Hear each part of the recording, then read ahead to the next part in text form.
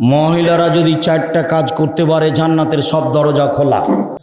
1, 5 ওয়াক্ত সালাত, 2 রমজান মাসের সিয়াম রোজা, 3 স্বামীকে মেনে চলা, 4 জেনায় লিপ্ত না হওয়া, তাহলে আপনি জান্নাত পাবেন ইনশাআল্লাহ। জুমার দিন ইমামকে দান করে আর দোয়া চাই, তাহলে ইমাম কিভাবে? জুমার দিন জুমার খুতবা চলাকালীন কেউ দান দিবে না, উনিও দান নিবেন না। আগেই দিবেন, না হলে সলাতের পরে দিবেন। তখন দোয়া পরে বলতে হবে, তখন নয়।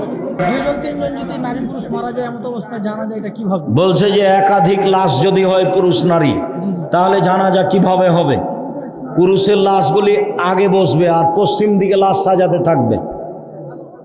বয়স্ক মানুষগুলো শেষ হবে, তখন বাচ্চাদের শেষ হলে মহিলাদের, এইভাবে পশ্চিম দিকে লাশ সাজানো হবে সিরিয়ালি। রমজান মাসে মৃত ব্যক্তির নামে ইফতার চলবে কি? চলবে না। এমনি মানুষকে দাওয়াত খাওয়াতে হবে। ইফতার হয় দান সাদকা, ফকির মিসকিনকে করাতে হবে। সাদকা যে কাজ করে খায় সে খেতে পাবে না, এই জন্য চলবে না। জামাতে সালাম ফিরার পর মুক্তাদি ডানে বা পূর্ব দিকে মুখ ঘুরিয়ে বসতে পারবে কি? শরীয়তের আলোকে জানতে চাই। জি, ডানে মুখ ঘুরাবে, নয় বামে মুখ ঘুরাবে, এটাই একাধিক সহিহ হাদিস। যদি কথা বলার প্রয়োজন হয় তাহলে মুখামুখি হবে, ডানে বামে মুখামুখি, ডানে বামে মুখামুখি, একাধিক হাদিস। কবর খনন করার পর দাফন করতে দেরি হলে কবর কি পাহারা দিতে হবে? জি না, দিতে হবে না, পাহারা দিতে হবে, কথাটি শিরক। একজন ইমাম পুরুষের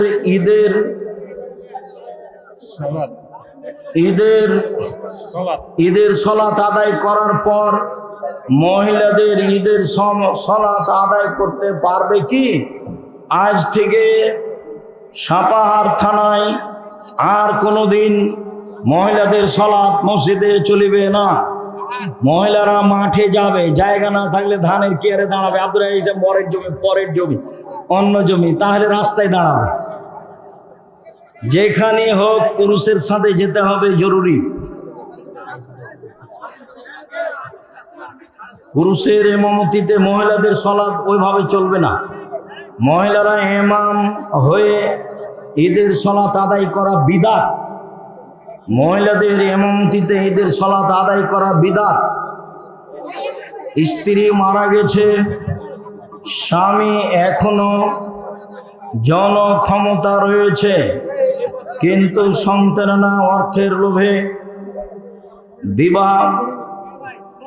দ্বিতীয় বিবাহ করাতে দিচ্ছে না, করতে দিচ্ছে। এটা হলো সন্তানদের বোকামি। বোকা ছেলে, তোমরা নিজে থেকে বাপের বিবাহ দিয়ে দাও, কালকে 24 ঘন্টার মধ্যে দিয়ে দিবা।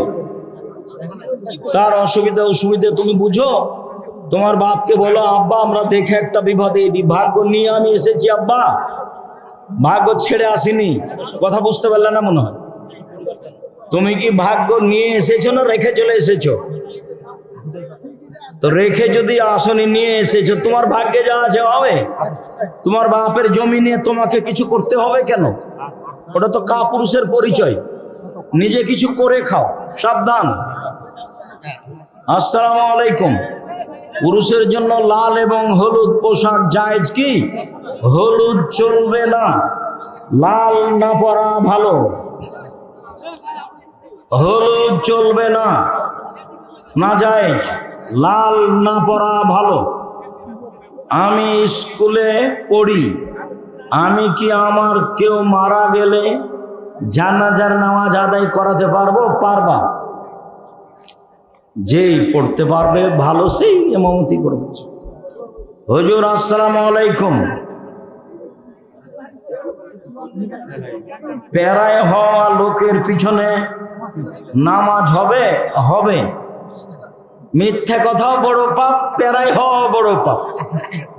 দোকানে বসে আড্ডা পিটাও বড় পাপ, গিবাত করাও বড় পাপ, প্যারায় হওয়া বড় পাপ। কোনোটা চেয়ে কম নয়। উপকার হবে তো এটা।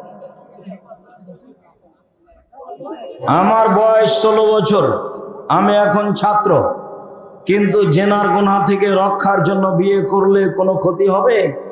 তোমার বাপকে বলো 24 ঘন্টার মধ্যে তোমার জন্য বিবাহ দিয়ে দেয়, বিবাহ করো, জরুরি। আমি একজন ছাত্র, আমার পিতা অবৈধ উপার্জনের সাথে জড়িত, ছাড়তে বললে ছাড়ে না। আমি কি তেনার কাছে থেকে খরচ নিব? পড়া পর্যন্ত নেও, যেদিন ইনকাম করতে পারবে সেদিন আর খরচ নিও না। বলতে থাকিও তোমার আব্বাকে। শায়েখ, আমার প্রশ্ন, হাফ গেঞ্জি বা হাফ শার্ট পরে সলাৎ হবে কি? সেন্ডো গেঞ্জি গায়ে দিয়ে সলাৎ হবে না, হাফ শার্ট পরে হবে। সলাতের জন্য এই দুইটা ঢাকা থাকতে হবে, দুই কাঁধ। পাঞ্জাবের তলে থাকলে কোনো সমস্যা নেই। আমাদের দেশে ভালোবাসে না সেন্ডো গেঞ্জি, আলেম ওলামার না পড়াই ভালো। ফুল গেঞ্জি পরে সলাৎ চলবে। সেন্ডো গেঞ্জি গায়ে দেওয়া যায় না, যায় হারাম নয়। মানুষে খারাপ মনে করে, মুরব্বীরা না পড়াই ভালো। বিষয়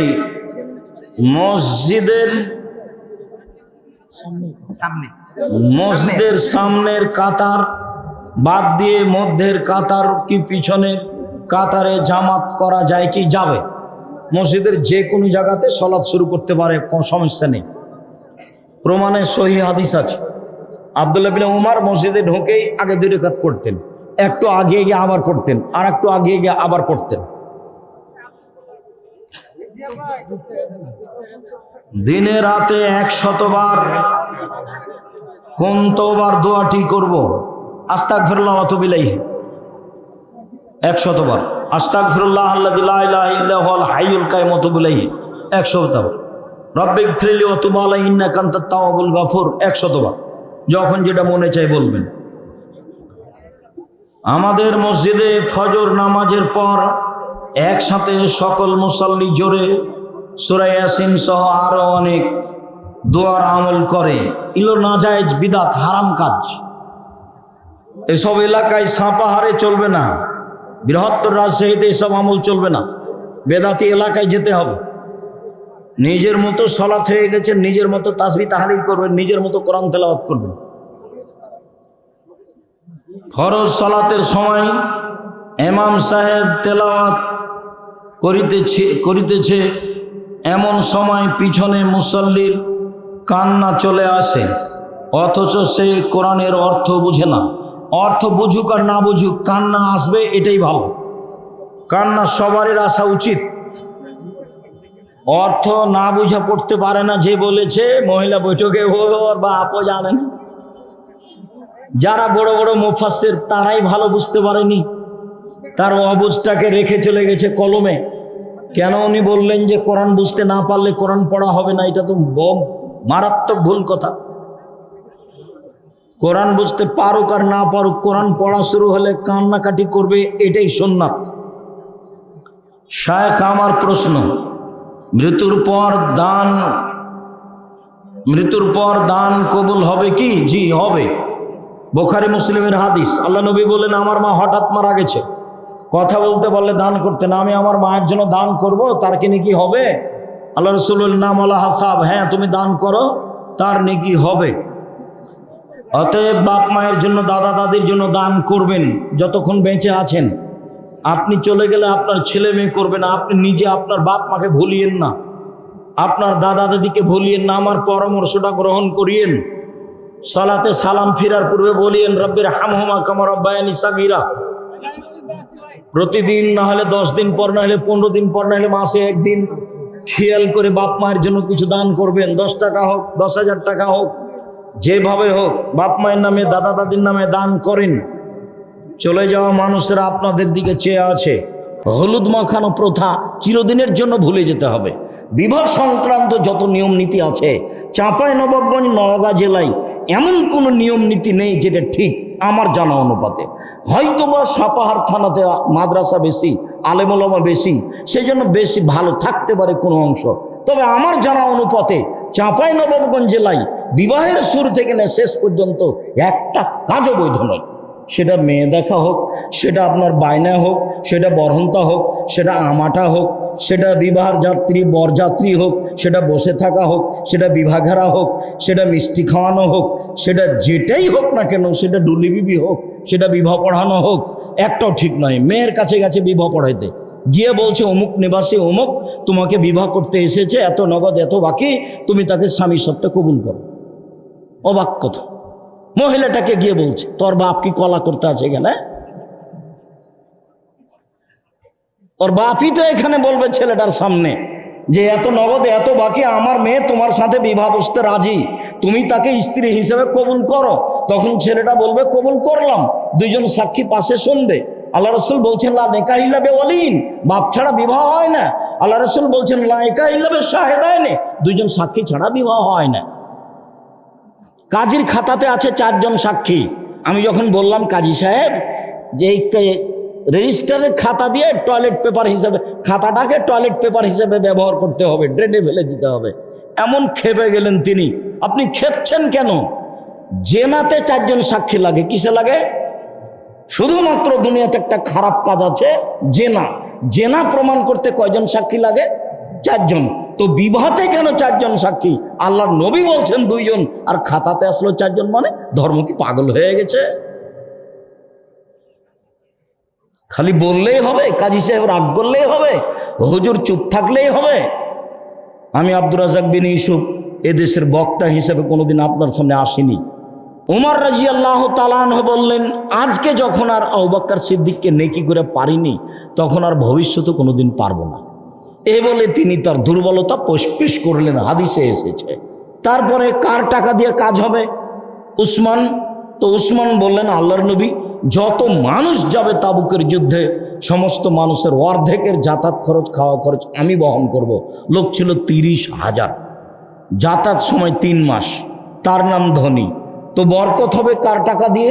আবু বকর সিদ্দিক রাদিয়াল্লাহু তাআলা আনহুর টাকাতে। কাজ হবে কার টাকা দিয়ে? উসমান রাদিয়াল্লাহু তাআলা আনহুর টাকাতে। আপনার 10 টাকা 10 লক্ষ টাকাকে এমনভাবে বাড়াবে যে সে টাকা শেষ হবে না। আমি তার বাস্তব ভোগ করি জামিয়া সালাফিয়া। আমি আজ থেকে না বাকি জীবন যদি কাজ করি, তাহলে 1 মাসের বেতন আমি সংগ্রহ করতে পারবো না। 1 মাসে বেতন লাগে 32 লক্ষ। প্রত্যেক দিন জামিয়া সালাফিয়া বিকেলে সব মিলে লেবার মিস্ত্রি মিলে 50 থেকে 1 লক্ষ টাকা প্রায় বিল আসে। হয় 50,000, নাহলে 60,000, নাহলে 70,000, নাহলে 1 লাখ, না 1.5 লাখ, নাহলে 2 লাখ। প্রত্যেক দিন বিকালে এতগুলো লেবার মিস্ত্রি বিল আসে। তাহলে প্রতিষ্ঠানটা কিভাবে চলে? অথচ আমরা পাতাড়িতে বাস করি, আমরা জানি না, এমনিতেই চলছে। জান না, জামিয়া সালাফিয়া আপনার নিজস্ব প্রতিষ্ঠান। প্রাণ ভরে দেখা আসেন, ছেলে মেয়ে ভিন্ন ভিন্ন জায়গায় থাকা হয়, খাওয়া হয়। সব পুরুষ আপনার রিসেপশন আছে, গার্ড আছে, মেয়েদের রিসেপশন আছে, গার্ড আছে, সব ভিন্ন ভিন্ন পাহারাদার দিয়ে চলে, রিসেপশন দিয়ে চলে। এদেশের ব্যতিক্রম প্রতিষ্ঠান জামিয়া সালাফিয়া। আপনাকে মূল্যায়ন করার জন্য, আন্তরিকভাবে দোয়া করার জন্য অনুরোধ জানিয়ে বিষয়ে আবার চলে গেলাম। সম্মানিত দিনী ভাই বোন, বক্তব্যের শুরুতেই মনে রাখবেন 4টে জিনিস। মানুষের জীবনে সবচেয়ে জরুরি কাজ 5 ওয়াক্ত সালাত আদায় করা। এর চেয়ে জরুরি কাজ মানুষের জীবনে নেই। হাইকোর্ট, জজ কোর্ট, সুপ্রিম কোর্ট, যেটাই হোক না কেন, যে কোনো সমস্যা মানুষের জীবনে আসুক না কেন, তার চেয়ে যেটা জরুরি কাজ মানুষের জীবনে, সেটা হলো 5 ওয়াক্ত সালাত আদায় করা। 5 ওয়াক্ত সালাত আদায় করে না যে সে নিজেকে কাফের মনে করবে, এ কথাই ঠিক। 15 বছর বয়সের ছেলে নামাজ পড়ে না, তখনও বাপ বেঁচে আছে, এই কথা ঠিক নয়। কাপুরুষ বাপকে আমি সাধারণত বাপ বলতে চাই না। আমার খুব কষ্ট হয়, কেন বাপ বেঁচে আছে 15 বছরের ছেলে মেয়ে নামাজ পড়বে না, সালাত আদায় করবেন? এটা হতে পারে না। মানুষের জীবনে দ্বিতীয় জরুরি কাজ হচ্ছে হালাল রুজি। হালাল রুজির বিকল্প কোনো পথ নেই। জীবন বাজি রেখে এই পথেই যেতে হবে। একদিন দেখেছিলাম বয়স 40 বছর, আজ দেখছি 60 বছর, দেখি তার পরের দিন নেই। এইটুকু হলো জীবন। এই জীবন দিয়ে হারাম উপার্জন করতে হবে, এই হিসাব টোটালি বন্ধ করতে হবে। মানুষের জীবনে যেটা তৃতীয় জরুরি কাজ, সেটা হচ্ছে কোরআন মাজিদ তেলাওয়াত করা। যে কোনো মূল্যে, যে কোনো মূল্যে 24 ঘন্টায় একবার না একবার তাকে কোরআন তেলাওয়াত করতে হবে। সে কিছুই যদি না পারে, তাহলে সূরা ইখলাস 3 বার পড়ো। সূরা ইখলাস 3 বার পড়ে আল্লাহকে বলবে যে আমি যে কোরআন মাজিদ পড়ি তার প্রমাণ থাকবে। এই যে সূরা ইখলাস 3 বার পড়ে আমি একবার কোরআন মাজিদের নেকি অর্জন করলাম, আমি কোরআন মাজিদ পড়ি, এইটা প্রমাণ দিয়ে দিন কাটাবেন। চতুর্থ হলো এই, দুইজন যেখানে বসে আছে সেখানে বসবেন না, যার নাম আড্ডা পিটা। আজ থেকে তওবা করে উঠতে হবে। যেমন চাঁপাইনবাবগঞ্জ জেলাতে বক্তব্য দিলে, সাপাহার, নওগাঁ এটা চাঁপাইনবাবগঞ্জের মতোই বক্তব্য দিলে বলি যে আজ থেকে চিরদিনের জন্য একটা শব্দে পেশাব করে উঠে যেতে হবে। সেটা কি? সেটা হলো ডুলি বিবি। মানে ডুলি বিবি শব্দ আর এই পাতাড়িতে ব্যবহার হবে না। কেউ জানে না, 10 বছর পরে 20 বছর পরে কেউ যদি বলে ডুলি বিবি, তখন আরেকজনকে বলবে সেটা কি গো, সেটা কি জিনিস, সেটাতে কি হয়। মানে এমনভাবে ভুলে যেতে হবে, ডুলি বিবি হবে না। আর এইভাবে হলুদ মাখানো প্রথা চিরদিনের জন্য ভুলে যেতে হবে। বিবাহ সংক্রান্ত যত নিয়ম নীতি আছে চাঁপাইনবাবগঞ্জ, নওগাঁ জেলায় এমন কোনো নিয়ম নীতি নেই যেটা ঠিক আমার জানা অনুপাতে। হয়তোবা সাপাহার থানাতে মাদ্রাসা বেশি, আলেম ওলামা বেশি, সেই জন্য বেশি ভালো থাকতে পারে কোনো অংশ। তবে আমার জানা অনুপাতে চাঁপাইনবাবগঞ্জ জেলায় বিবাহের শুরু থেকে না শেষ পর্যন্ত একটা কাজও বৈধ নয়। সেটা মেয়ে দেখা হোক, সেটা আপনার বায়না হোক, সেটা বরহন্তা হোক, সেটা আমাটা হোক, সেটা বিবাহের যাত্রী বরযাত্রী হোক, সেটা বসে থাকা হোক, সেটা বিবাহেরা হোক, সেটা মিষ্টি খাওয়ানো হোক, সেটা যেটাই হোক না কেন, সেটা ডুলি বিবি হোক, সেটা বিবাহ পড়ানো হোক, একটাও ঠিক নয়। মেয়ের কাছে গেছে বিবাহ পড়াইতে, গিয়ে বলছে অমুক নিবাসী অমুক তোমাকে বিবাহ করতে এসেছে, এত নগদ এত বাকি, তুমি তাকে স্বামী সত্ত্বে কবুল করো। অবাক কথা। মহিলাটাকে গিয়ে বলছে তোর বাপ কি কলা করতে আছে এখানে? ওর বাপই তো এখানে বলবে ছেলেটার সামনে যে এত নগদ এত বাকি, আমার মেয়ে তোমার সাথে বিবাহ বসতে রাজি, তুমি তাকে স্ত্রী হিসেবে কবুল করো। তখন ছেলেটা বলবে কবুল করলাম, দুইজন সাক্ষী পাশে শুনবে। আল্লাহ রসুল বলছেন লা নিকাহ ইল্লা বিওয়ালিন, বাপ ছাড়া বিবাহ হয় না। আল্লাহ রসুল বলছেন লা নিকাহ ইল্লা বিশাহিদাইন, দুইজন সাক্ষী ছাড়া বিবাহ হয় না। কাজীর খাতাতে আছে 4 জন সাক্ষী। আমি যখন বললাম কাজী সাহেব যে রেজিস্টারের খাতা দিয়ে টয়লেট পেপার হিসেবে, খাতাটাকে টয়লেট পেপার হিসেবে ব্যবহার করতে হবে, ড্রেনে ফেলে দিতে হবে, এমন খেপে গেলেন তিনি। আপনি খেপছেন কেন? জেনাতে 4 জন সাক্ষী লাগে। কিসে লাগে? শুধুমাত্র দুনিয়াতে একটা খারাপ কাজ আছে জেনা, জেনা প্রমাণ করতে কয়জন সাক্ষী লাগে? 4 জন। তো বিবাহতে কেন 4 জন সাক্ষী? আল্লাহর নবী বলছেন 2 জন, আর খাতাতে আসলো 4 জন। মানে ধর্ম কি পাগল হয়ে গেছে? খালি বললেই হবে? কাজী সাহেব রাগ করলেই হবে? হুজুর চুপ থাকলেই হবে? আমি আব্দুর রাজ্জাক বিন ইউসুফ এদেশের বক্তা হিসেবে কোনোদিন আপনার সামনে আসিনি। আমি নিজে শিক্ষকতা করি, আমি হাদিস কোরআন তেমন জানি না, হালকা চর্চা করি। আমি এদেশের সর্বোচ্চ ফতোয়া বোর্ড পরিচালনা করি, যেখানে দেশ বিদেশের বড় বড় আলেম ওলামা বসে আছে।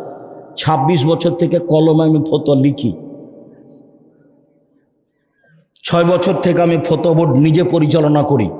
আমি হংসি খেলি একটা মানুষ, এটা আপনি মনে করবেন না। আমি আপনাকে আরো গাঢ় ভালোবাসা জানিয়ে আমাদের কথাগুলিকে মূল্যায়ন করার জন্য অনুরোধ জানাচ্ছি। জাতির যদি রাস্তাঘাট করে দিতে না পারি, জাতির যদি স্কুল কলেজ করে দিতে না পারি, জাতিকে চূড়ান্ত সঠিক ধর্ম দিতে পারবো ইনশাআল্লাহ। ধর্মের ব্যাপারে জাতিকে ফাঁকি দিয়ে আমি আব্দুর রাজ্জাক বিন ইউসুফ পরকাল হারাতে রাজি নেই। এই মিশন নিয়েই চলছি। আপনার প্রাণের প্রতিষ্ঠান জামিয়া সালাফিয়া। আমার মনে বড় শখ, আমার মনে বড় আশা, এই দেশের মাটিতে উন্নত মানের প্রতিষ্ঠান গড়বই গড়ব ইনশাআল্লাহ। সেটাই জামিয়া সালাফিয়া, যেখানে ছেলে মেয়ে বাংলা ইংরেজি আরবি উন্নত মানের শিক্ষা অর্জন করে শিরক বেদাতের বিরুদ্ধে, জাতির অন্যায়ের বিরুদ্ধে লড়বে মুখে কলমে মিডিয়ায়।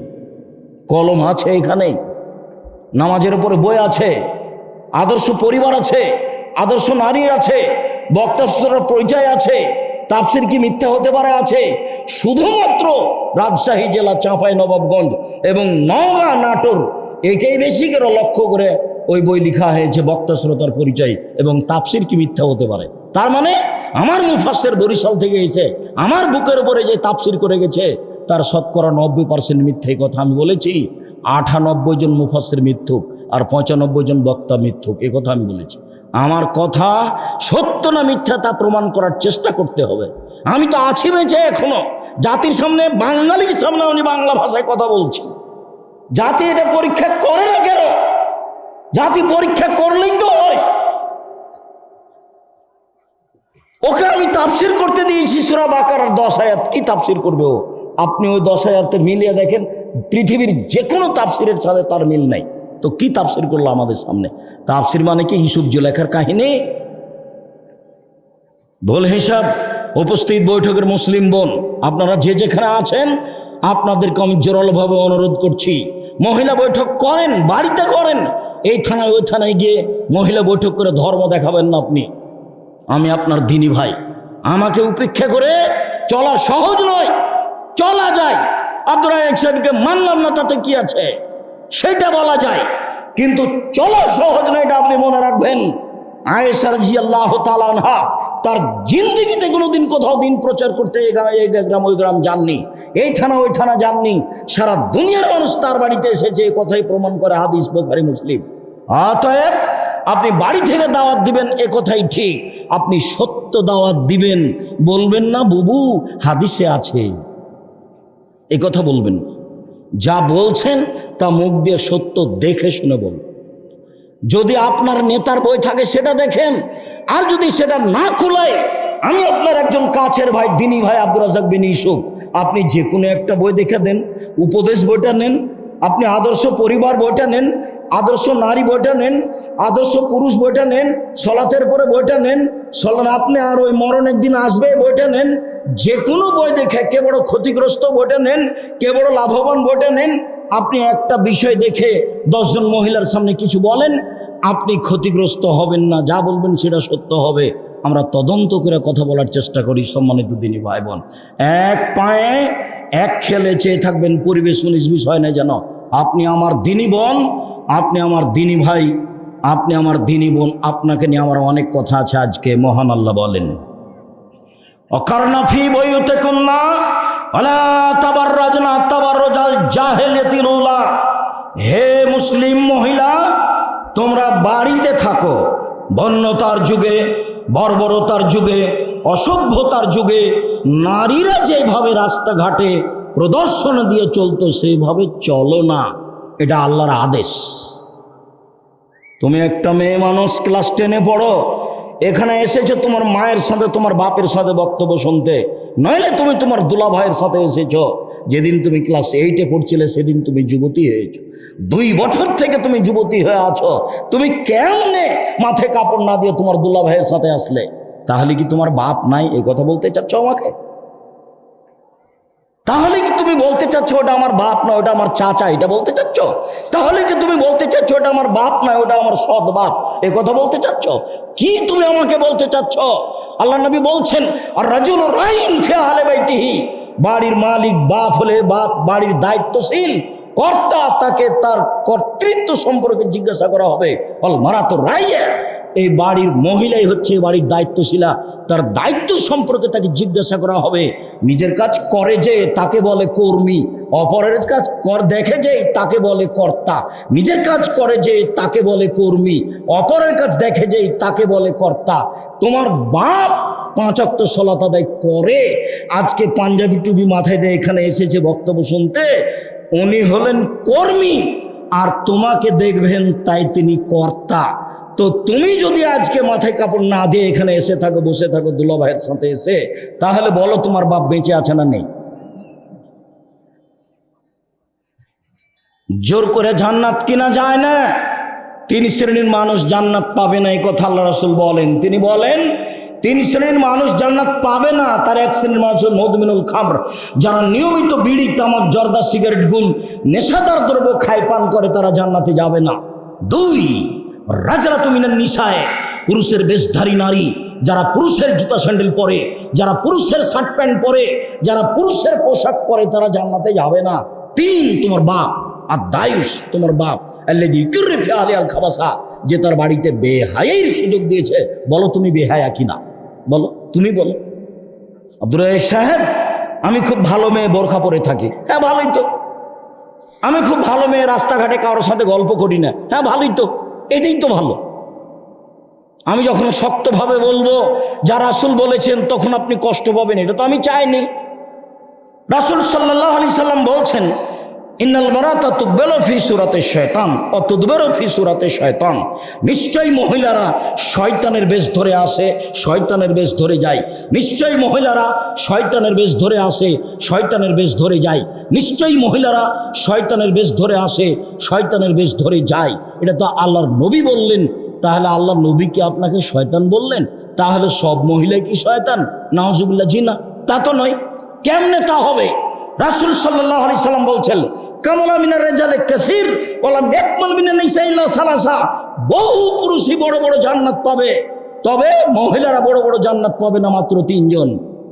এক, বিনতু ইমরান, ইমরানের মেয়ে মারিয়াম। দুই, ইমরাতু ফিরআউন, ফিরআউনের স্ত্রী আসিয়া।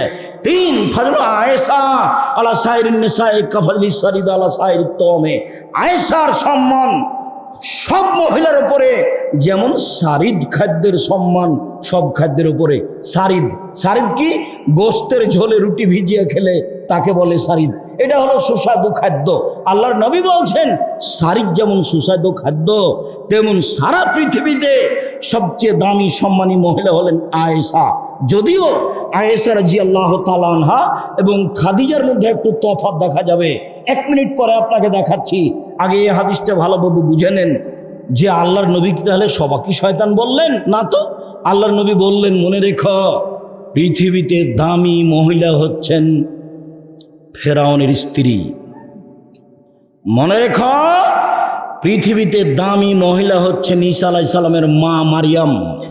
মনে রেখো পৃথিবীর সব মহিলার উপরে দামি সম্মানী মহিলা আয়েশা রাদিয়াল্লাহু তাআলা আনহা। এইবার আর একটু দেখাই, এক খেয়ালে চেয়ে থাকবেন। এই কারো গায়ের উপরে হাত দিয়ে আছো নাকি? রেডি হও, সবসময় আমার দিকে খেয়াল করে থাকবা। কখনো কোনো সময় কারো গায়ে হাত দিয়ে অমনোযোগী হবে না। কিছুক্ষণ পরে কথা শেষ হয়ে যাবে। বহু পরিশ্রম, আর সুদূর ঢাকা থেকে এখন এসেছি, আবার ঢাকা ফিরে যাবো ইনশাল্লাহ রাতে। তুমি একটু মূল্যায়ন করার চেষ্টা করো। বোকামির পরিচয় দিয়ে দোকানে বসে আড্ডা পিটো না। তোমাকে আমি মানুষ মনে করছি, তুমি নিজে নিজেকে শয়তান মনে করিও না। আমি তোমাকে মানুষ মনে করছি, তোমার অনেক দাম। তুমি নিজেকে শয়তান মনে করিও না, ফাঁকি দিও না আমাকে। আমার বক্তব্যের সাথে প্রতারণা করো না, বক্তব্যের সাথে মুনাফিকি করো না। বক্তব্যের সাথে মুনাফিকি করে ইহকালে পরকালে সফলতা অর্জন করা যাবে না। আমি আব্দুর রাজ্জাক বিন ইউসুফ আমার জিন্দেগিতে কোনোদিন অপ্রয়োজনীয় কথা বলিনি, কেসা কাহিনী বলিনি, আজকেও বলবো না। এই কথাই তোমাকে দেখাচ্ছি। এইদিকে দেখো, এইখানে মনে হলো সবচেয়ে দামি মহিলা আয়েশা রাদিয়াল্লাহু তাআলা আনহা। এবার দেখেন, আবু হুরায়রা রাদিয়াল্লাহু তাআলা আনহু বলেন, যা জিবরাইল ইলান নবী সাল্লাল্লাহু আলাইহি সাল্লাম, জিবরাইল আল্লাহর নবীর কাছে আসলেন। আল্লাহর নবীর কাছে এসে বলছেন, হাজিহি খাদিজা, ওই যে ওই যে ওই যে খাদিজা আতাত, আসছে। মাহা এনাউন ফিহি দামুন, তার হাতে আছে একটা বাটি, তাতে আছে খাদ্য। ওই যে ওই যে ওই যে ওই যে খাদিজা আসছে আপনার কাছে, তার হাতে আছে একটা বাটি, তাতে আছে খাদ্য। ফাজাআতাত ইলাইকা, যখন আপনার কাছে চলে আসবেন তখন আপনি বলবেন, খাদিজা ফাকরা আলাইহা সালামা, ফাকরা আলাইহা সালামা মিন রাব্বিহা ওয়া মিন্নি। আপনি তাকে বলেন, খাদিজা আল্লাহ তোমাকে সালাম দিয়েছে। আপনি তাকে বলেন, খাদিজা জিবরাইল তোমাকে সালাম দিয়েছেন। আর একটা বলেন, অবাসের হবে জান্নাতিন ফিল, বাসের ভাব বাইতিন ফিল জান্নাত, জান্নাতের ভিতরে একটা তার জন্য ঘর বানানো হয়েছে হীরা মুক্তা মাণিক্য দিয়ে, যেখানে কোনো হইচই নেই, যেখানে কোনো কষ্ট ক্লেশ নেই, যেখানে কোনো হইচই নেই, যেখানে কোনো কষ্ট ক্লেশ নেই। আপনি তাকে বলে দেন, হাদিস বুখারী মুসলিম একসাথে তিনটে। এক, আল্লাহ সালাম দিয়েছে, এ কি যেমন তেমন কথা নাকি?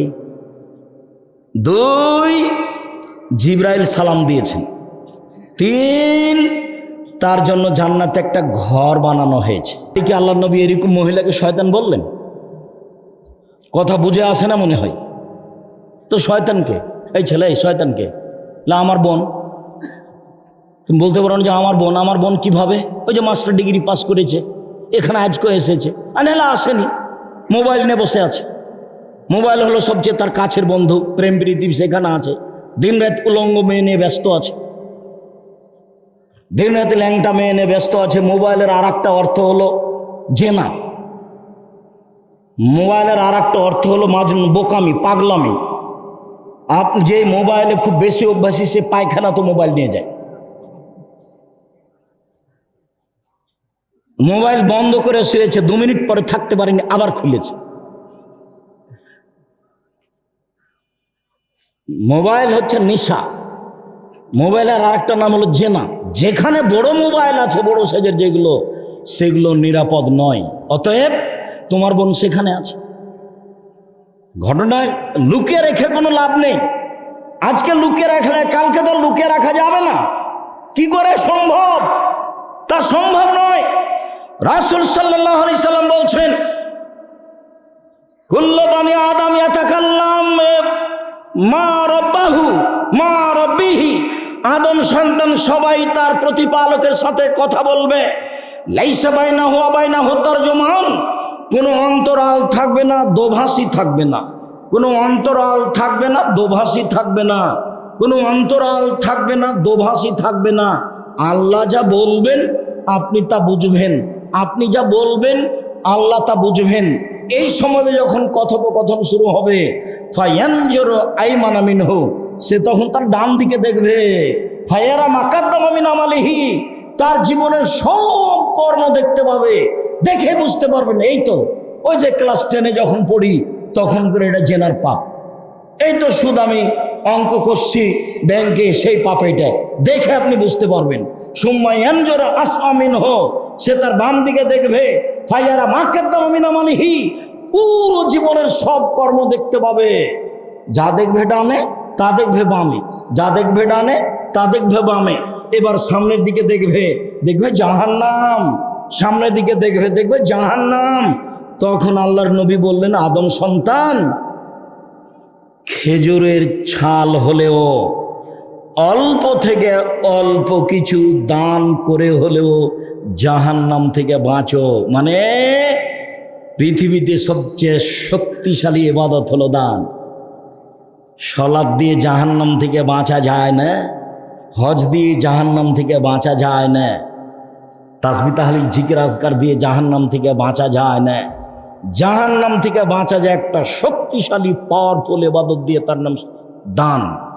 আপনি সালাত আদায় করলেন, আপনার মায়ের কোনো উপকার হবে না, কবরে আছে। হজ করলেন, মায়ের কোনো উপকার হবে না, কবরে আছে। আপনি তাসবিহ তাহলিল জিকির আজকার করলেন, আপনার মায়ের কোনো সুবিধা হবে না, কবরে আছে। আপনি বললেন যে মাদ্রাসার সভাপতি সাহেব, আমি আমার মায়ের নামে 5,000 টাকা দান করলাম, আপনি তার হাতে দিয়ে আসেন, প্রকাশ করিয়েন না। তেমন দেওয়ার সাথে সাথে কবরের শাস্তি বন্ধ হয়ে গেছে। এ কথা আমি বলিনি, এ কথা মুহাম্মদ সাল্লাল্লাহু আলাইহি ওয়াসাল্লাম বলছেন। ডান দিকে লক্ষ্য করলে কর্ম দেখতে পাবে, বাম দিকে লক্ষ্য করলে কর্ম দেখতে পাবে, সামনে গিয়ে লক্ষ্য করলে জাহান্নাম দেখতে পাবে। সম্মানিত দিনী ভাই বোন, দেখাচ্ছিলাম খাদিজাকে। খাদিজা শয়তান নন, খাদিজা আয়েশার চেয়ে দামি মহিলা ইনশাআল্লাহ। তাই কোরআন হাদিসে প্রমাণ হয়। এ দেখেন, একটু একটু এই যে দেখেন, এখন বলছি, আয়েশা জি হাজা জিব্রাইল ইকরাইকা সালামা, এই যে জিব্রাইল তোমাকে সালাম দিল। আয়েশা জি, এই যে জিব্রাইল তোমাকে সালাম দিল। তখন আয়েশা রাদিয়াল্লাহু আনহা বলছেন, ওয়ালাইহিস সালাম ওয়া রাহমাতুল্লাহি ওয়া বারাকাতুহু। জিব্রাইল কো সালাম, তার উপরে শান্তি, তার উপরে বরকত, তার উপরে শান্তি, তার উপরে রহমত। আপনি তো দেখতে পান, আমরা তো দেখতে পাই না। কই জিব্রাইল? আপনি তো বলছেন এই যে এই যে জিব্রাইল তোমাকে সালাম দিল। 3 জন এক খাটে, 3 জন এক লেপের নিচে। যেখানে মোহাম্মদ, সেখানে আয়েশা রাদিয়াল্লাহু তাআলা আনহা, সেখানে জিব্রাইল। এক খাটে 3 জন, এক লেপের নিচে 3 জন। নবী দেখতে পান, কিন্তু আয়েশা দেখতে পান না। আয়েশা রাদিয়াল্লাহু তাআলা আনহা নবী নন, কাজেই জিব্রাইলের সাথে নবী ছাড়া কারো সাক্ষাৎ হবে না। তাই বলছেন, আপনি তো দেখতে পান, আমরা তো দেখতে পাই না। আপনি তো দেখতে পান, আমরা তো দেখতে পাই না। ঠিক আছে, জিব্রাইল কো সালাম, তার উপরে শান্তি, তার উপরে রহমত। ঠিক আছে, জিব্রাইল কো সালাম, তার উপরে শান্তি, তার উপরে রহমত। এইবার আপনি বলেন, দুটাই বুখারী মুসলিমের হাদিস। এইবার তো আল্লাহ রাসূল বললেন না আয়েশা আল্লাহ তোমাকে সালাম দিয়েছে। না, তফাৎ বুঝতে পারেননি। আগের হাদিসে কি ছিল? খাদিজা রাদিয়াল্লাহু আনহার ব্যাপারে আল্লাহ সালাম দিয়েছেন, আর এবার আল্লাহর কথা নেই। এবার কে সালাম দিয়েছে? জিবরাইল আলাইহিস সালাম। তাহলে তফাৎ বোঝা যায় না? ওটাও বুখারী মুসলিমের হাদিস, এটাও বুখারী মুসলিমের হাদিস। আর একটা এখানে বলি, উপস্থিত বৈঠকের মুসলিম বোন, এই মেয়ে কথা বলছো কেন? আপনি একজন দ্বীনী বোন, আপনার জন্য আমি এসেছি এত কষ্ট করে, আপনি কথা বলছেন কোন শরমে? আর একজন আপনার গায়ের ওপর দিয়ে চলে গেলে মুখখান খুলবেন না, একবারে মুখ টোটালাই বন্ধ রাখবেন। কেউ তো এসেছে ঢং ঢং করে টোটো বনকায় এসেছে চলে গেছে, ও কি ভালো হয়েছে? আপনি এসেছেন গল্প করলেন চলে গেলেন, এটা কি হলো? আমি কি আপনাকে কোনো কাহিনী শোনাতে এসেছি? আর একজন আপনাকে গালি দিয়ে আপনার গায়ের উপরে পা দিয়ে চড়ে চলে গেলে মুখ খুলবেন না, ফল ভালো হবে। আর চিরদিনই মুখ বন্ধ রাখবেন। প্রতিবেশীর সাথে কোনোদিন ঝগড়া করবেন না, প্রতিবেশী মহিলার সাথে ঝগড়া করবেন না, জায়ের সাথে কোনোদিন ঝগড়া করবেন না, শাশুড়ির সাথে কোনোদিন মুখ খুলবেন না। মুখ বন্ধ রাখেন, ফল ভালো হবে। মুখ খুলবেন, ফলাফল জাহান্নাম হবে। মুখই জাহান্নামে নিয়ে যায় মানুষকে। আল্লাহ নবী বলছেন, সঙ্গী সাথী বলতে পারো মানুষকে পিছন দিক থেকে ধাক্কা মারে জাহান্নামে নিক্ষেপ করে কি? সঙ্গী সাথী বলতে পারো মানুষকে পিছন দিক থেকে ধাক্কা মারে জাহান্নামে নিক্ষেপ করে কি? সঙ্গী সাথী বলতে পারো মানুষকে পিছন দিক থেকে ধাক্কা মারে জাহান্নামে নিক্ষেপ করে কি? বলতে বলতেই জিভাটা ধরে নিয়েছেন আল্লাহ নবী নিজে। জিভা মানুষকে পিছন দিক থেকে ধাক্কা মারে জাহান্নামে নিক্ষেপ করে। মুখ বন্ধ রাখেন, ফলাফল ভালো হবে। 4 নম্বরে বলেছি, দোকানে বসে আড্ডা পিটবেন না। যেখানে দুইজন বসে আছে সেখানে বসবেন না। ওই কথা নিয়ে কথা এসেছে, সাবধান, চিরদিনের জন্য তওবা করে উঠতে হবে। যেমন ভাবে ওই ডুলি বিবি যেমন ভাবে থোবড়া এই শব্দগুলোর উপরে পেশাব করে দিয়ে উঠে যাবো, আর কোনোদিন হবে না আমার বাড়িতে, ঠিক তেমনি ভাবে কান ধরে বলে উঠতে হবে, আস্তাগফিরুল্লাহ ওয়া আতুবু ইলাইহি। জিন্দেগিতে কোনো দোকানে যেখানে দুইজন বসে আছে সেখানে বসবেন। আসসালামু আলাইকুম দোকানদার সাহেব, হ্যাঁ কি বলছিলেন? 1 কেজি লবণ দেন, 250 মরিচ দেন। হয়েছে? জি, এই টাকা নেন, আসসালামু আলাইকুম। দোকান করা বুঝলেন না? দোকানের প্রয়োজনতে যেতে হবে, যাবেন আসসালামু আলাইকুম, জিনিস নিয়ে ফিরবেন আসসালামু আলাইকুম। সালাম দিতে শিখতে হবে, সালাম দিতে বাধ্য। সবাই সবাইকে সালাম দিতে জরুরি। স্ত্রীকে সালাম দিবে স্বামী, স্বামীকে সালাম দিবে স্ত্রী। দোকানদারকে সালাম দিবেন আপনি, আবার ফেরত আসবেন দোকানদারকে সালাম দিয়ে আসবেন, ওখানে বসবেন না। কথা রক্ষা করেন, ভালো হবে। আল্লাহ রাসূল একদিন বলছেন, কাইফা বিকুম বিজামানিন, তোমাদের কি হবে, যুগের কি হবে, তোমাদের কি হবে, যুগের কি হবে, তোমাদের কি হবে, যুগের কি হবে। এই যে কি তুমি হোসালাত মিনান নাসে, যেদিন তোমরা থাকবা আগাছার মাঝে, কেউ ভালো থাকবে না, সবাই হবে খারাপ। মাওলানা সাহেব টাকা মেরে খাই, হেড মাওলানা টাকা মেরে খাই, হেডমাস্টার টাকা মেরে খাই, চেয়ারম্যান, মেম্বার, এমপি, মন্ত্রী যে যেখানে আছে টাকা মেরে খা, আত্মসাৎ করে, কারো আদা ঠিক থাকবে না, সবাই পশু প্রাণীর মতো হবে। 3 শ্রেণীর মানুষের সাথে আল্লাহ কথা বলবেন না, 3 শ্রেণীর মানুষের সাথে আল্লাহ কথা বলবেন না, 3 শ্রেণীর মানুষের সাথে আল্লাহ কথা বলবেন না। সে যত বড়ই পরহেজগার হোক না কেন, সে যত বড়ই নেতা হোক না কেন।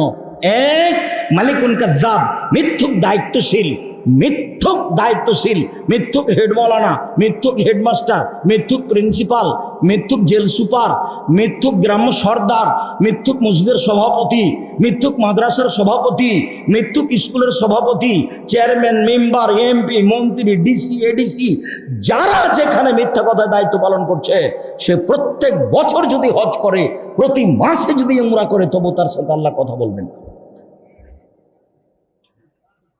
2 শাইখুন জানিন, বেশি বয়সে জেনা করে যে, বেশি বয়সে জেনা করে যে, তার সাথে আল্লাহ কথা বলবেন না।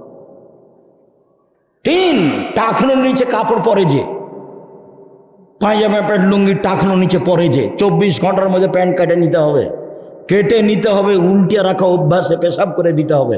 এই চালাই, তোমার মা তো দায়িত্ব পালন করে না, তোমার মা তো পরিবারকে ধ্বংস করতে এসেছে, তোমার বাপ তো দায়িত্ব পালন করে না, তোমার বাপ এই পরিবারকে ধ্বংস করছে নিজে হাতে।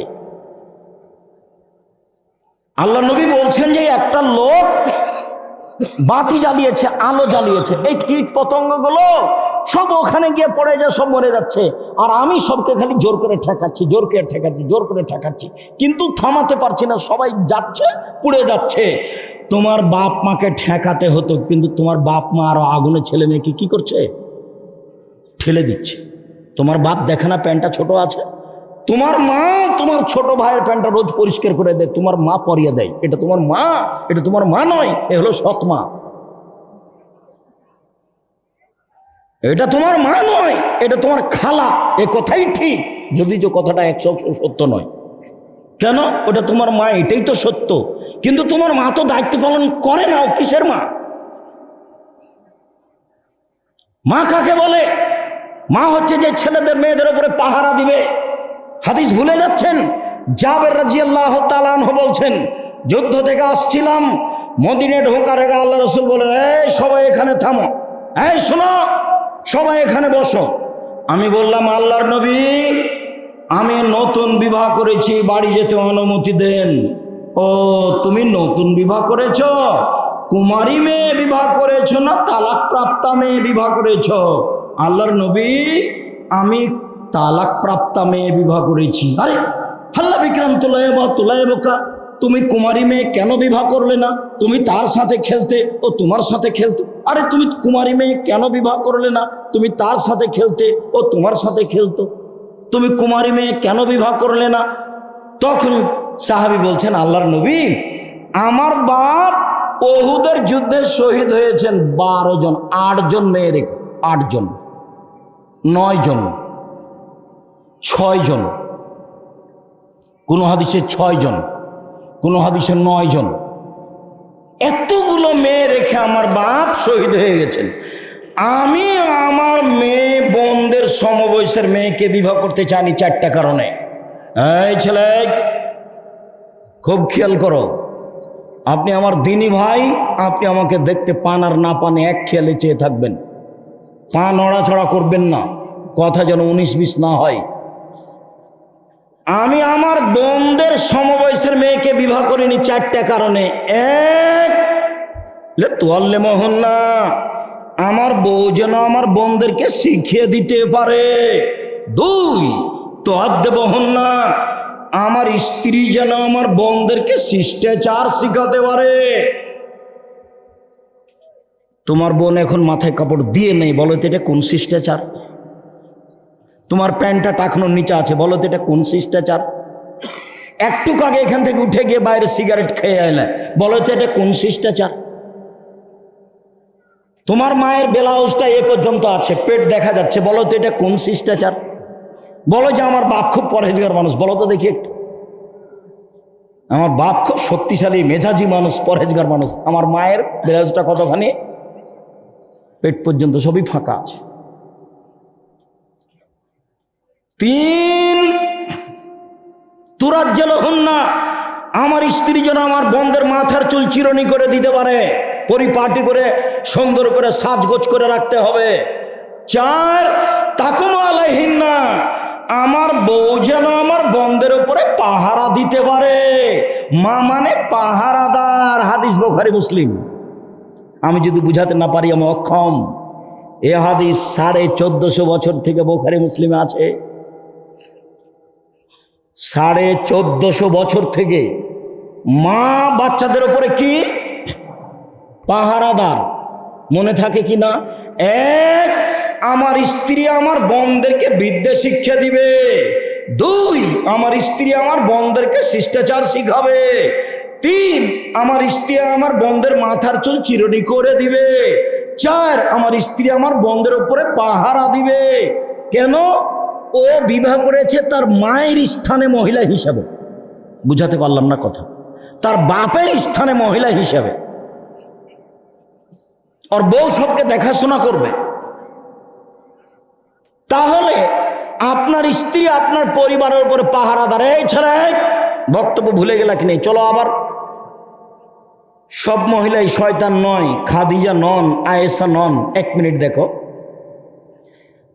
ফাতেমা রাদিয়াল্লাহু তাআলা আনহা বাপের বাড়ি আসলেই বাপ তাড়াতাড়ি করে উঠে দরজায় গিয়ে মেয়ের হাতটা ধরতেন, মেয়ের হাতটা ধরে চুমা দিতেন, দিয়ে এসে বসাতেন।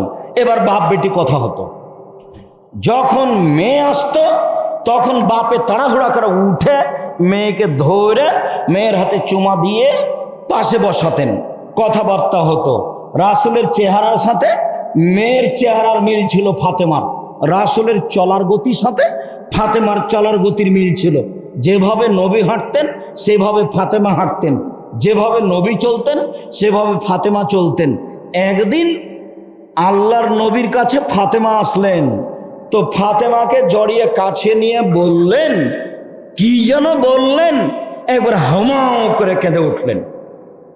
আবার জড়িয়ে কাছে নিলেন, কি যেন বললেন, খুব খুশি হেসে উঠলেন।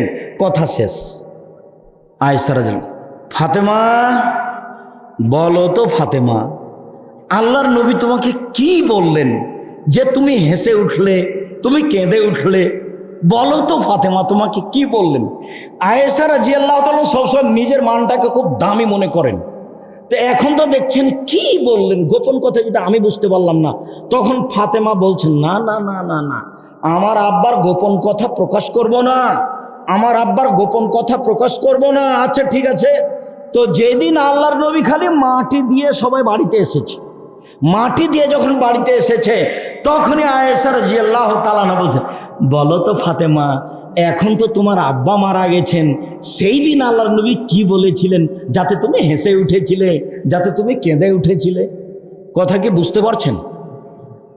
এইবার ফাতেমা বলছেন, প্রথমবারে আমার আব্বা আমাকে বললেন আমার সময় শেষ, আমি এখন দুনিয়া থেকে চলে যাব, তাই আমি হামাও করে কেঁদে উঠেছিলাম।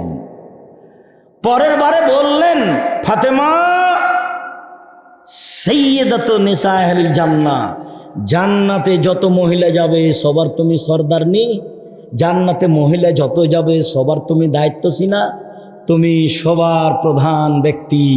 বলার সাথে সাথে আমি হেসে উঠেছি। এবার সম্মানে কে চলে গেল? ফাতেমা রাদিয়াল্লাহু তাআলা।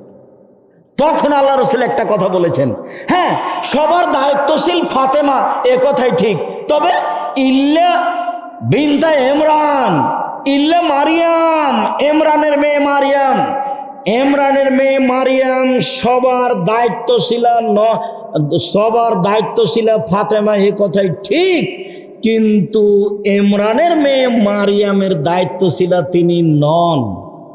মারিয়ামের পার্সোনাল মর্যাদা রয়েছে, যেই মর্যাদার ধারে কাছে কেউ যেতে পারছে না। খালু বলছে, মারিয়াম, জি খালু, তোমার কাছে অসময়ের ফল কোথা থেকে আসলো? দেখি শীতের দিনে ফজলিয়াম ছিল না, আপনারা ধরে বসিয়েন না।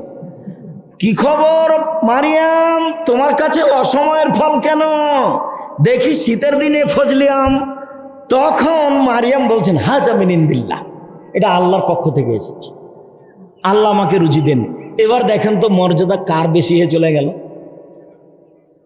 খাদিজার জন্য তো জান্নাত বানানো আছে, যাবেন, আর জান্নাতের ফল সরাসরি ভোগ করছেন কে? মারিয়াম। এর সে কোরআন মাজিদের আয়াত। মারিয়ামের মর্যাদা অনেক অনেক অনেক উপরে। যখন ফাতেমাকে দেখালেন আল্লাহর নবী, তখন মারিয়ামকে বের করে নিলেন, এই শোনো, হ্যাঁ তুমি সবারই দায়িত্বশীল মহিলা ফাতেমা, তবে মারিয়াম। কথা বুঝা গেল না মনে হয়?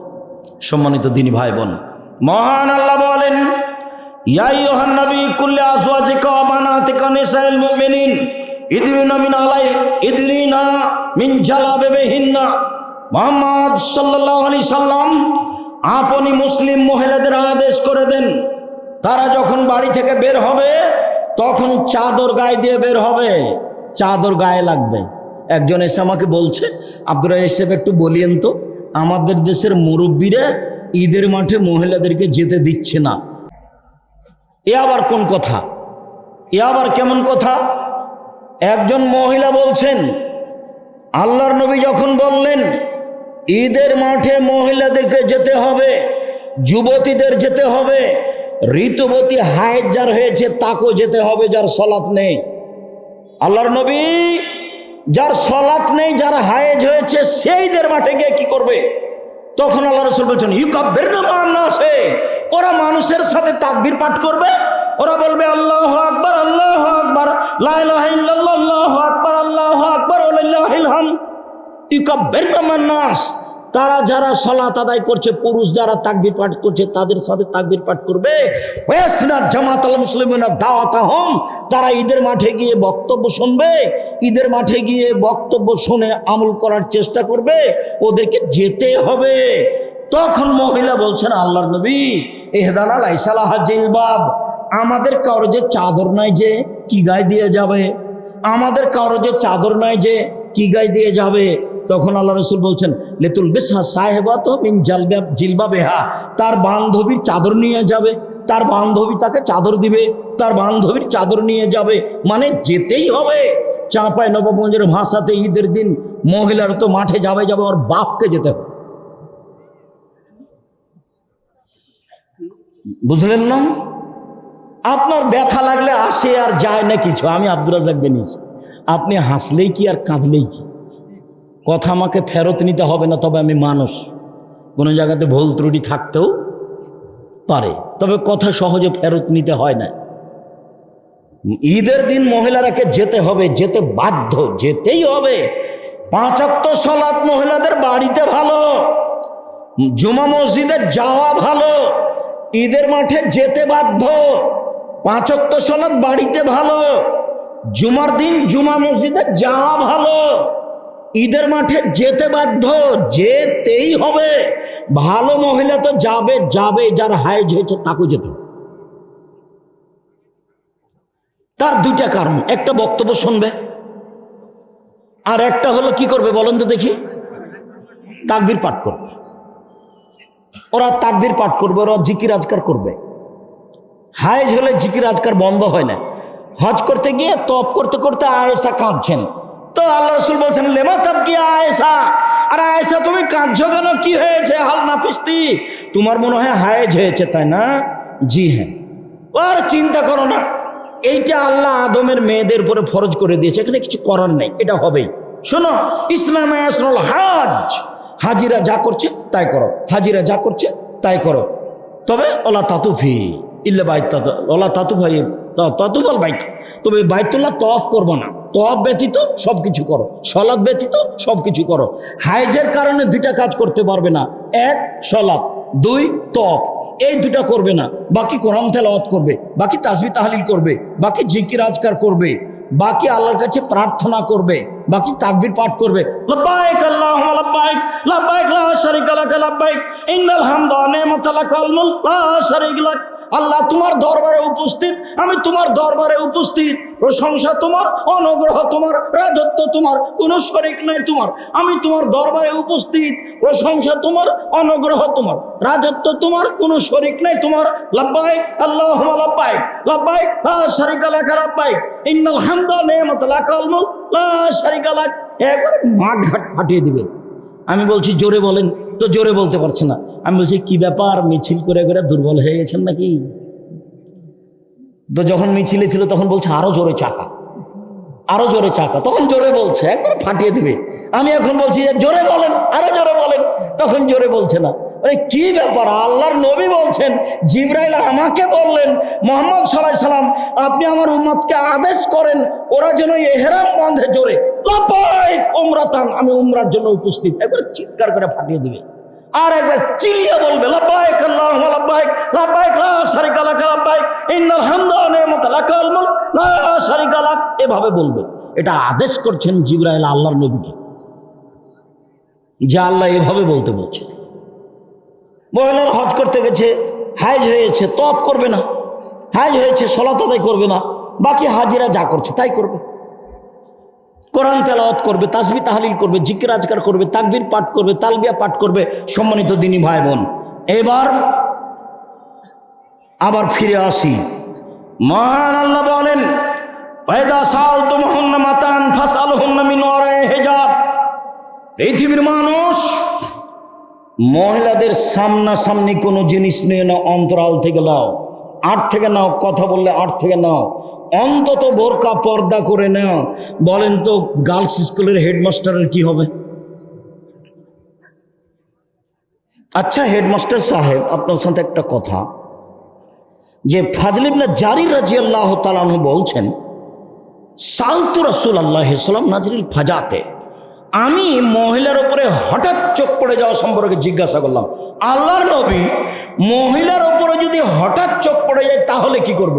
আল্লাহর নবী বলেন তো, মহিলার উপরে যদি হঠাৎ চোখ পড়ে যায় তাহলে কি করব? তখন তিনি বলছেন, ফা আমারানি, আল্লাহ রাসূল আমাকে আদেশ করলেন, আন আসরে ভা বাসারি, মুখটা আমি সরিয়ে নেব। টিভিতে যদি খবর শোনেন তাহলে ওকে দেখে খবর শুনবেন না, এভাবে শুনবেন। টুপি মাথায় দিয়ে তাহাজ্জুদ পড়লে হবে না, ওই তাহাজ্জুদের ওই তাসবিহ দেখাতে হবে না, অন্তর থেকে উপরওয়ালার ভয় থাকতে হবে, ভালোকে ভালো মনে করতে হবে, খারাপকে খারাপ মনে করতে হবে। তখন মনে করতে হবে এখন ঈমান আমার কাজ করছে, নইলে ঈমান কাজ করবে না। ঈমান যত বেশি হবে পাপ তত কম হবে, ঈমান যত কম হবে পাপ তত বেশি হবে। এই ছেলে,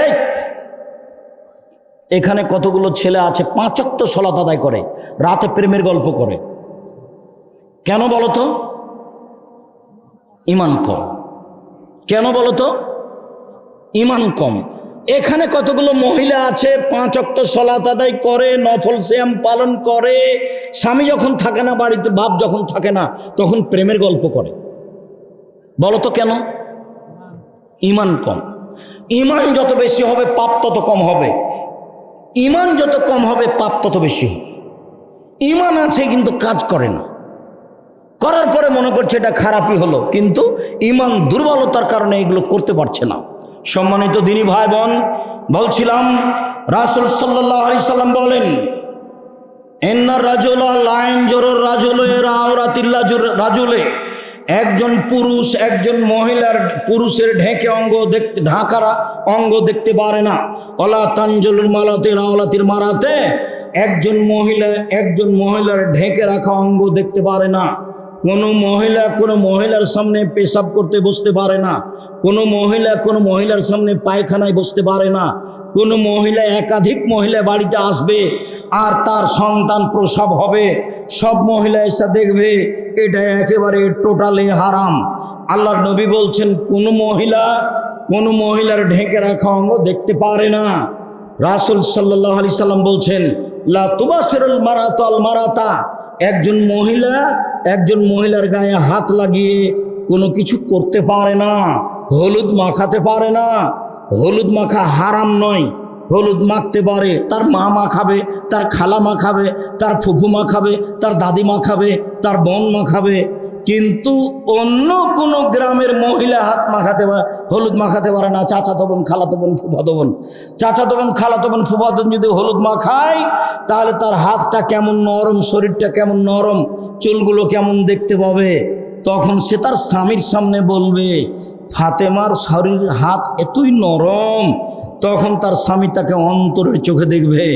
একটা মহিলাকে অন্তরের চোখে দেখা হারাম। বলেন তো কেমনে এভাবে হেডমাস্টারই চলে?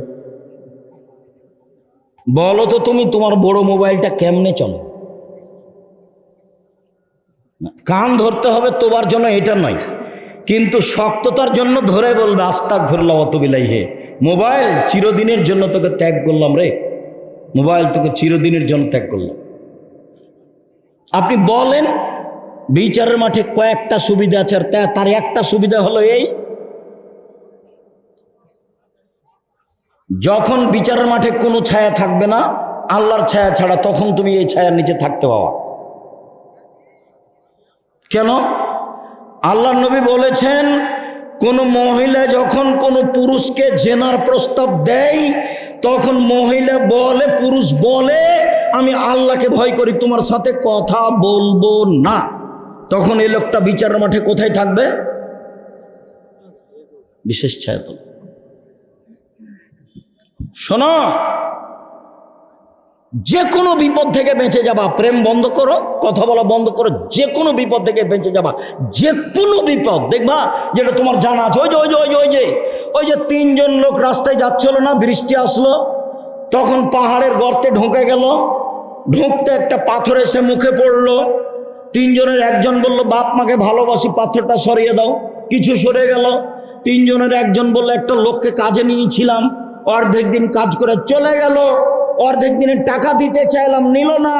অনেক দিন পরে এসে বলছে যে অর্ধেক দিনের টাকা দেন। আমি বললাম সব নিয়ে যাও। ও বলছে আমাকে মজাক করবেন না, অর্ধেক দিনের টাকা দেন। আরে যাও, তোমাকে মজাক করিনি, সব নিয়ে যাও। আমি সব দিয়ে দিয়েছি তোমাকে সন্তুষ্ট করার জন্য, আজকে বাঁচাও। তা আল্লাহ বলছে ঠিক আছে, বাঁচিয়ে দিলাম, একটু পাথর সরিয়ে দিলাম।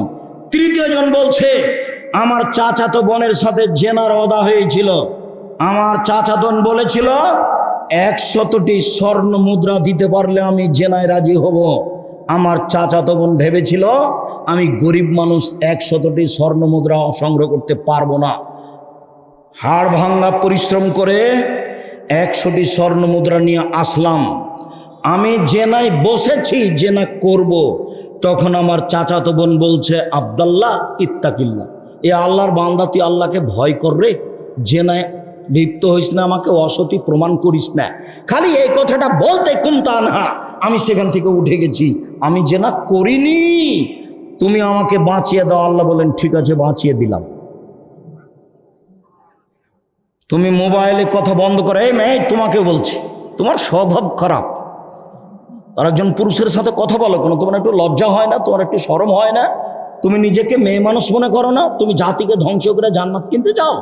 তুমি জাতিকে ধ্বংস করো আর তোমার বাপ তাসবিহ টিপে জান্নাত কিনতে চাও পরিবেশ নষ্ট করে? 24 ঘন্টার মধ্যে এই বাড়িতে শক্ত পর্দা চালু করতে হবে। উপস্থিত বৈঠকের দিনই বোন, আপনি ভারী মনে করেন না, আপনার জন্য এসেছি। বক্তব্য শুনতে আপনি এসেছেন, আমি সুদূর ঢাকা থেকে এসেছি আপনার জন্যই। আপনার পরিবর্তন একান্তভাবে কামনা করি। ফ্যাশন বোরকা আর কোনোদিন গায়ে তুলবেন না। এই মেয়ে শোনো, তোমার গায়ে যে বোরকা আছে এটা তুমি আর কোনোদিন গায়ে দিও না। একবারে বাসায় গিয়ে তাকে জ্বালিয়ে দিও, বাসায় গিয়ে তাকে জ্বালিয়ে দিও। ঢিলা ঢালা বোরকা পরবা, ঢিলা ঢালা পোশাক পরবা। যদি সত্যি সত্যি নিজেকে জাহান্নাম থেকে বাঁচাতে চাও, জাতিকে বাঁচাতে চাও, সম্মানিত দিনী ভাই বোন, রাসূল সাল্লাল্লাহু আলাইহি ওয়াসাল্লাম বলেন, পৃথিবীর মহিলা শুনে রেখো, মা তারাক্তবাদী ফিতনাতান নাযারা লিরিজালি মিনান নিসায়ে, আমার জীবনে আমি ছাড়িনি কোনো বস্তু যেটা পুরুষের জন্য বেশি বিপজ্জনক হতে পারে নারীদের চেয়ে। আমার জীবনে আমি ছাড়িনি কোনো বস্তু যেটা পুরুষের জন্য বেশি বিপজ্জনক হতে পারে নারীদের চেয়ে। নারী হচ্ছে পুরুষের জন্য সবচেয়ে বেশি বিপজ্জনক বস্তু। রাসূল সাল্লাল্লাহু আলাইহি সাল্লাম বলেন, মা রাআইতু মিন নাকিসাতি আকলিন ওয়া দীনিন আযাবুল বিরাজুল হাজমিন ইহরাকুন্না, ও নারী জাতি, আমি তোমাদের চেয়ে দেখিনি কাউকে বুদ্ধিমানের বুদ্ধিকে নষ্ট করতে পারে। ও নারী জাতি, তোমরা এমন জাতি বুদ্ধিমানের বুদ্ধিকে নষ্ট করতে পারো। ও নারী জাতি, তোমরা এমন জাতি বুদ্ধিমানের বুদ্ধিকে নষ্ট করতে পারো। আমি দেখিনি তোমাদের চেয়ে কাউকে যে বুদ্ধিমানের বুদ্ধিকে নষ্ট করতে পারে। তোমরাই সেই জাতি বুদ্ধিমানের বুদ্ধিকে নষ্ট করে ধ্বংসের পথে নিয়ে যাও। আজ থেকে তওবা করে এখান থেকে উঠতে হবে। সম্মানিত দিনী ভাই বোন, রাসূল সাল্লাল্লাহু আলাইহি ওয়াসাল্লাম বলেন, ইয়াকুমুদ খুলালেন নিসায়ে, পৃথিবীর মানুষ মহিলাদের কাছে যাওয়া থেকে বেঁচে থাকো। মহিলাদের কাছে যায় না, পৃথিবীর মানুষ মহিলাদের কাছে যাওয়া থেকে বেঁচে থাকো। এই কথা বলতেই একজন সাহাবী বলে বসলেন, আরে তাআলা হামওয়া, আল্লাহ নবী কি বলেন? দেবর দেবর দেবর যে বাড়িতে থাকে, ভাসুরও দেবর, দেবরও দেবর। আমাদের দেশের মানুষে মনে করে যে ভাসুর হলো শ্বশুরের সমতুল্য, ভাসুর হলো সম্মানী, আর দেবর হলো হাতের বস্তু। জি না, আল্লাহর নবীর কথাতে, আল্লাহর কথাতে দেবরও দেবর, ভাসুরও দেবর, দেবরও দেবর, ভাসুরও দেবর, বড়টাও দেবর, ছোটটাও দেবর, সবই দেবর। থেকে কি করতে হবে? দেবর যে বাড়ির বস্তু, তখন আল্লাহ রাসূল বললেন তাকে মরণের মতো ভয় করতে হবে, খুব সাবধান। বাড়িতে থাকবে এ কথাই ঠিক, ব্লাউজ হতে হবে বড় এ কথাই ঠিক, হাতের কবজি হতে হবে বড় এ কথাই ঠিক, অপ্রয়োজনীয় কোনো কথা দেবরের সাথে বলতে হবে না এ কথাই ঠিক। খুব সতর্ক সাবধানের সাথে চলতে হবে, যা আল্লাহর নবী বলেন। সম্মানিত দিনী ভাই বোন, রাসূল সাল্লাল্লাহু আলাইহি সাল্লাম বলেন, লা ইয়াখনু রাজুলুন বিইমরাতিন ইল্লা কানা সালাসুন শায়তান, কোনো পুরুষ যেন কোনো নারীর সাথে নির্জনে একাত্রিত না হয়, কোনো পুরুষ যেন কোনো নারীর সাথে নির্জনে একাত্রিত না হয়। যদি হয় তাহলে তৃতীয় জন হবে শয়তান, নিজেকে ঠেকাতে পারবে না। তৃতীয়জন হবে শয়তান, নিজেকে ঠেকাতে পারবে না। শয়তান আদমের রগে রগে চলে। 1 মিনিট, 1 মিনিট। এই ছেলে থামো।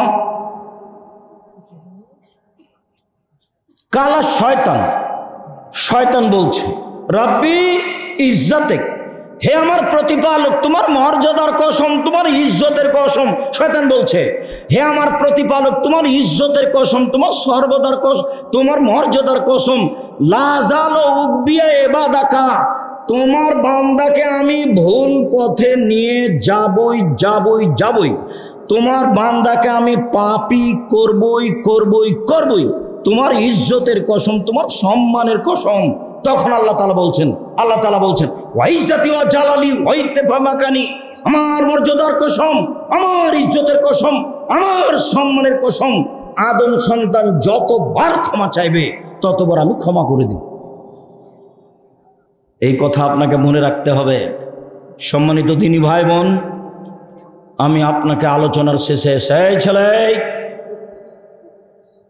থামো, আলোচনার শেষে এসে উপস্থিত বৈঠকের বোন, আপনাকে আমি বলে যাচ্ছি 4 শ্রেণীর মানুষ জান্নাতে যাবে, তার মধ্যে আপনারা আছেন। 1 নবী, 2 শহীদ, 3 সিদ্দিক, 4 মহিলা যারা স্বামীকে মেনে চলে তারা জান্নাতে যাবে।